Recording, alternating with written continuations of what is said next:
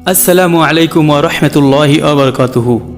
প্রিয় দিনী ভাই ও বোনেরা, তৃতীয় পর্বের তৃতীয় খণ্ড আমরা শেষ করেছি আরবের প্রশাসনিক অবস্থা নিয়ে। তৃতীয় পর্বের প্রথম, দ্বিতীয় ও তৃতীয় খণ্ডগুলি আগের ভিডিওগুলিতে পড়ে শোনানো হয়েছে। এখন শুনবেন চতুর্থ পর্ব। তবে চতুর্থ পর্বকে দুটি খণ্ডে ভাগ করা হয়েছে। আজকে আরম্ভ করছি প্রথম খণ্ড, আরবদের ধর্মবিশ্বাস ও ধর্মীয় মতবাদ। হজরত ইসমাইল আলাইসাল্লামের দাওয়াত ও তাবলিগের কারণে আরবের সাধারণ মানুষ দ্বীনে ইব্রাহিমের অনুসারী ছিল। তারা একমাত্র আল্লাহর ইবাদত করত এবং তাওহীদ বা একাত্মবাদে বিশ্বাসী ছিল। কিন্তু দিন যতই যেতে লাগলো, তারা দিনের শিক্ষা ততই ভুলে যেতে থাকলো। তবুও তাদের মধ্যে তাওহীদের আলো এবং হজরত ইব্রাহিম আলাইসাল্লামের শিক্ষা কিছু কিছু অবশিষ্ট ছিল। ইতিমধ্যে বনু খোজাআ গোত্রের সর্দার আমর ইবনে লোহাই নেতৃত্ব দেওয়ার মতো অবস্থানে চলে এলো।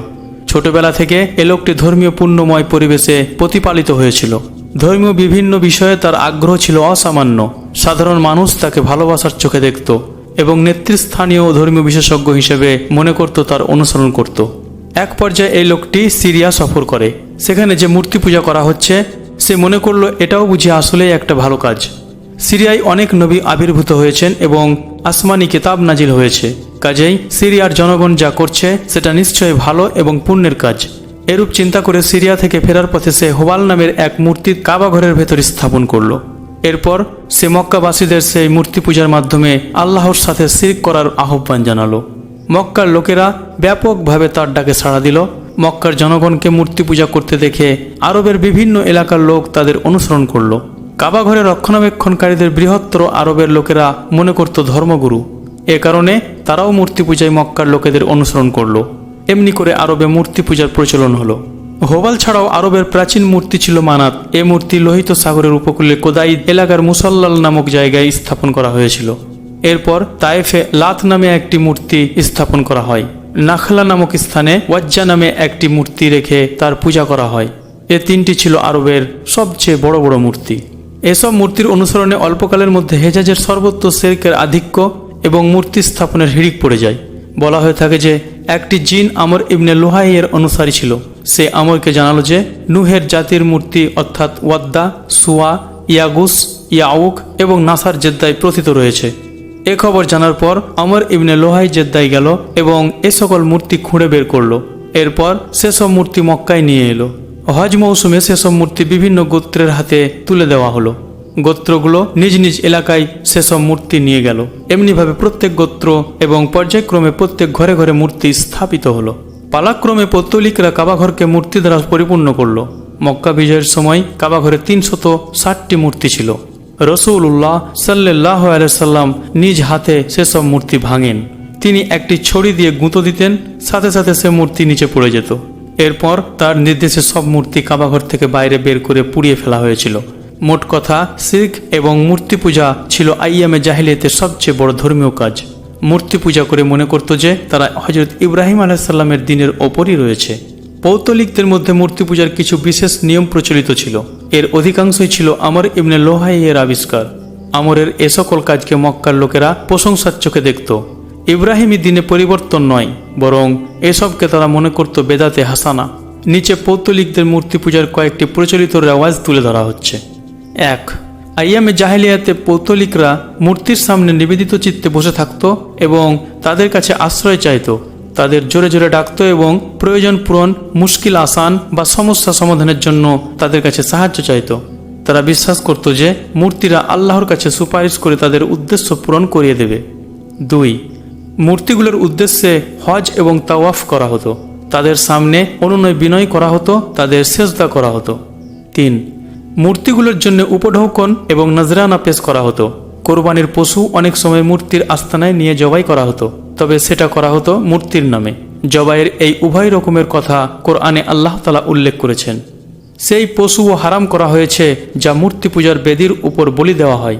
৩ আয়াত ৫।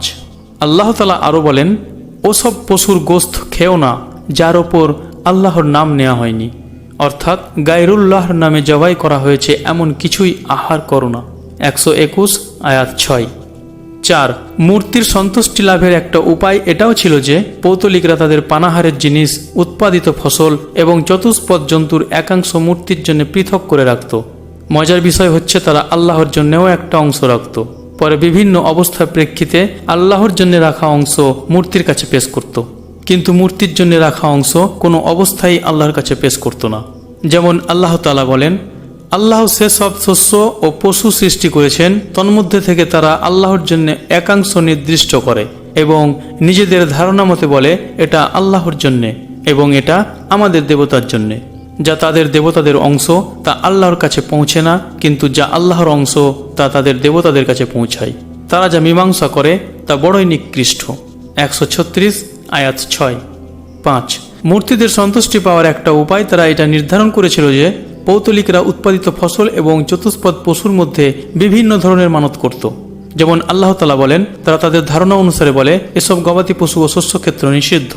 আমরা যাকে ইচ্ছা করি সে ছাড়া কেউ এসব আল্লাহর করতে পারবে না, এবং কতক গবাদি পশুর পিঠে আরোহণ নিষিদ্ধ করার সময় তারা আল্লাহর নাম নেয় না। 138 আয়াত 6। 6. এসব পশুর মধ্যে ছিল বাহিরা, সায়েবা, ওয়াসিলা এবং হামি। ইবনে ইসাহাক বলেছেন, আর বাহিরা সায়েবার কন্যা সাবককে বলা হয়। সায়েবা সেই উটনিকে বলা হয় যার পর্যায়ক্রমে 10 বার মাদি বাচ্চা হয়, এর মধ্যে কোনো নর বাচ্চা হয় না। এ ধরনের উটনিকে স্বাধীনভাবে ছেড়ে দেওয়া হয়। সেই উটনির পিঠে সওয়ার করা হয় না, তার পশম কাটা হয় না, মেহমান ছাড়া অন্য কেউ তার দুধ পান করে না। 11 বারের সময় এই উটনি যে বাচ্চা দেয় সেই বাচ্চাকে মায়ের সাথে স্বাধীনভাবে ছেড়ে দেওয়া হয়। তার পিঠেও আরোহণ করা হয় না, তার পশমও কাটা হয় না, মেহমান বাদে কেউ তার দুধ পান করে না। এই উটনি হচ্ছে বাহিরা, তার বাচ্চা হচ্ছে সায়েবা। ওয়াসিলা সেই বকরিকে বলা হয় যে বকরি 2টি করে 5 বার পর্যায়ক্রমে মাদি বাচ্চা প্রসব করে, অর্থাৎ 5 বারে 10টি মাদি বাচ্চা দেয় এবং এর মধ্যে কোনো নর বাচ্চা দেয় না। এই বকরিকে ওয়াসিলা বলা হয়। যেহেতু তারা সব বাচ্চাকে পরস্পরের সাথে জুড়ে দেয়, এরপর এসব বকরি 6ষ্ঠ বারে যে বাচ্চা প্রসব করে সে বাচ্চার গোশত শুধু পুরুষেরা খেতে পারে, মহিলাদের জন্য তার গোশত নিষিদ্ধ। তবে কোনো বাচ্চা বা শাবক মৃত প্রসব করলে সেই বাচ্চাকে নারী পুরুষ সবাই খেতে পারে।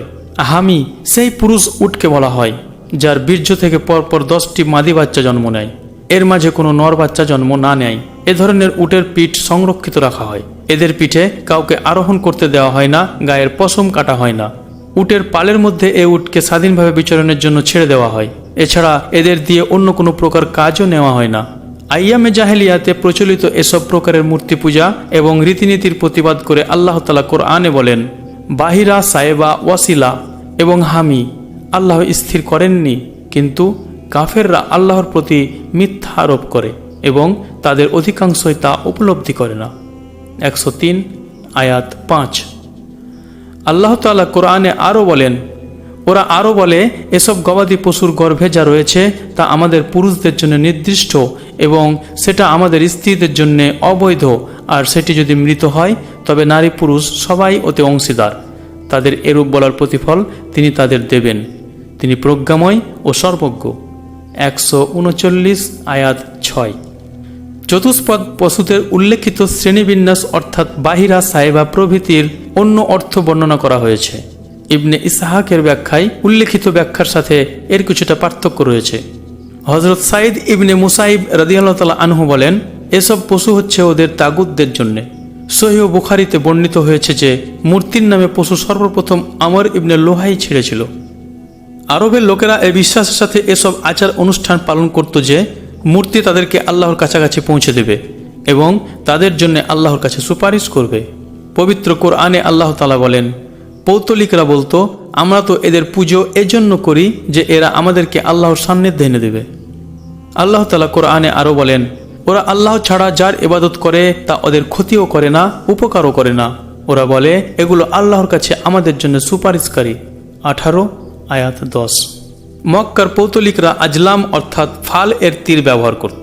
আজলাম হচ্ছে জালামুন শব্দের বহুবচন। জালাম সেই তীরকে বলা হয় যে তীরে পালক লাগানো থাকে না। ফালগিরির জন্য ব্যবহার করা এই তীর 3 প্রকারের হয়ে থাকে। এক প্রকারের তীর হ্যাঁ এবং না লেখা থাকে। এ ধরনের তীর সফর, বিয়ে ইত্যাদি কাজে ব্যবহার করা হয়। ফলে যদি হ্যাঁ প্রকাশ পায় তবে পরিকল্পিত কাজ করা হয়, যদি না লেখা থাকে তবে 1 বছরের জন্য স্থগিত রাখা হয়। পরের বছর পুনরায় সে কাজ করতে ফালের তীর ব্যবহার করা হয়। ফালগিরির দ্বিতীয় শ্রেণীর তীরের মধ্যে পানি, দিয়াত বা ক্ষতিপূরণ ইত্যাদি শব্দ উৎকীর্ণ থাকত। তৃতীয় প্রকারের তীরের মধ্যে লেখা থাকত তোমাদের মধ্য থেকে অথবা তোমাদের বাইরে থেকে। এ ধরনের তীরের কাজ ছিল যে কারো বংশ পরিচয়ের ক্ষেত্রে সন্দেহ থাকলে তাকে 100 উট সহ হোবাল মূর্তির সামনে হাজির করা হতো। সেসব উট তীরের মালিক সোবায়েতকে দেওয়া হতো। সে এসব তীর একসাথে মিলিয়ে ঘোরাতো, এলোমেলো করত, এরপর একটি তীর বের করত। যদি সেই তীরে লেখা থাকতো যে তোমাদের মধ্যে থেকে, তবে সেই ব্যক্তি গোত্রের একজন সম্মানিত ব্যক্তি হিসাবে পরিগণিত হতো। যদি সেই তীরে লেখা থাকতো যে তোমাদের বাইরের লোক, তবে সেই ব্যক্তিকে শত্রুপক্ষের লোক মনে করা হতো। যদি তীরের গায়ে লেখা থাকতো মিশ্র, তবে সেই ব্যক্তির পদমর্যাদার কোনো উন্নতি অবনতি হতো না। তাকে গোত্রের মধ্যে পূর্বের মতোই সাধারণভাবে জীবনযাপনের অধিকার দেওয়া হতো। পৌতলিকদের মধ্যে প্রায় একই ধরনের আরও একটি রেওয়াজ চালু ছিল, সেটা হচ্ছে জুয়া খেলা এবং জুয়ার তীর। এ তীরের চিহ্নিতকরণ অনুযায়ী উট জবাই করে সেই উটের গোস্ত বন্টন করা হতো। আরব পৌতলিকরা জাদুকর ও জ্যোতিষীদের কথার উপর বিশ্বাস রাখত। এরা ভবিষ্যতের ভালো মন্দ সম্পর্কে কথা বলতো। কেউ দাবি করত যে তার অনুগত একটি জিন রয়েছে, সেই জিন তাকে খবর এনে দিচ্ছে। কেউ দাবি করত যে তার মধ্যে খোদা প্রদত্ত মেধা এবং বিচক্ষণতা রয়েছে। এই মেধা, বিচক্ষণতা এবং দূরদর্শিতার কারণে সে নির্ভুল ভবিষ্যৎবাণী করতে পারে। এদের মধ্যে আররাফ নামে একটি শ্রেণী ছিল। এরা চুরির ঘটনা সম্পর্কে কথা বলতো, চোরাই মাল উদ্ধার এবং চুরির জায়গা এরা শনাক্ত করত। জ্যোতিষী সেসব লোককে বলা হতো যারা নক্ষত্রের গতি সম্পর্কে গবেষণা করত এবং হিসাব নিকাশ করে বিশ্বের ভবিষ্যৎ ঘটনার প্রবাহ সম্পর্কে ভবিষ্যৎবাণী করত। জ্যোতিষীর কথার উপর বিশ্বাস স্থাপন করা প্রকৃতপক্ষে নক্ষত্রের উপর বিশ্বাস স্থাপন করার সামিল। মক্কার পৌতলিকরা নক্ষত্রের উপর বিশ্বাস রাখত এবং বলতো অমুক অমুক নক্ষত্র থেকে আমাদের উপর বৃষ্টি বর্ষিত হয়। একই ধরনের আরও অনেক কাজ তারা ভালো মন্দ নিরূপণের জন্য করত। সেটা হচ্ছে খরগোশের হাঁটুর একখানি হাড় ঝুলিয়ে দিত।